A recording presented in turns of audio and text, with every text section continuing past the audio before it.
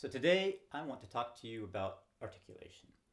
Articulation on the clarinet seems like it's a pretty simple thing, right? We hear about it at the very beginning of our studies. Someone says, hey, you say ta ta ta, and that makes new notes, and you say cool, and that's the last we think about it sometimes.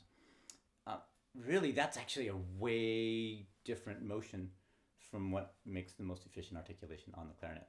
Think about that. When you say ta or da or di, any of these things, right now my jaw is moving a lot. We're using this phoneme to kind of get the sense of our tongue going forward in the mouth, but that's not the whole story. Really, all that the reed needs is just a little bit of stopping of the vibration in order for it to sound like an articulation. This little, that's all we need.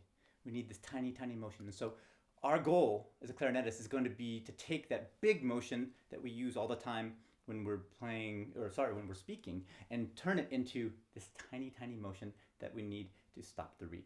And so think about that for a second. We're putting all this energy into our air to make the sound.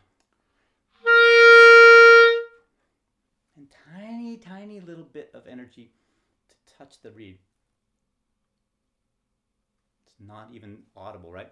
And so when we combine those two together,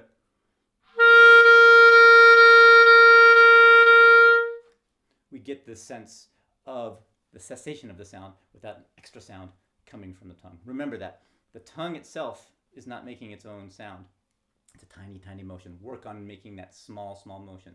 It's helpful to start by practicing it without using the air at all. Just this tiniest, tiniest little motion that you can make with the tongue touching the reed.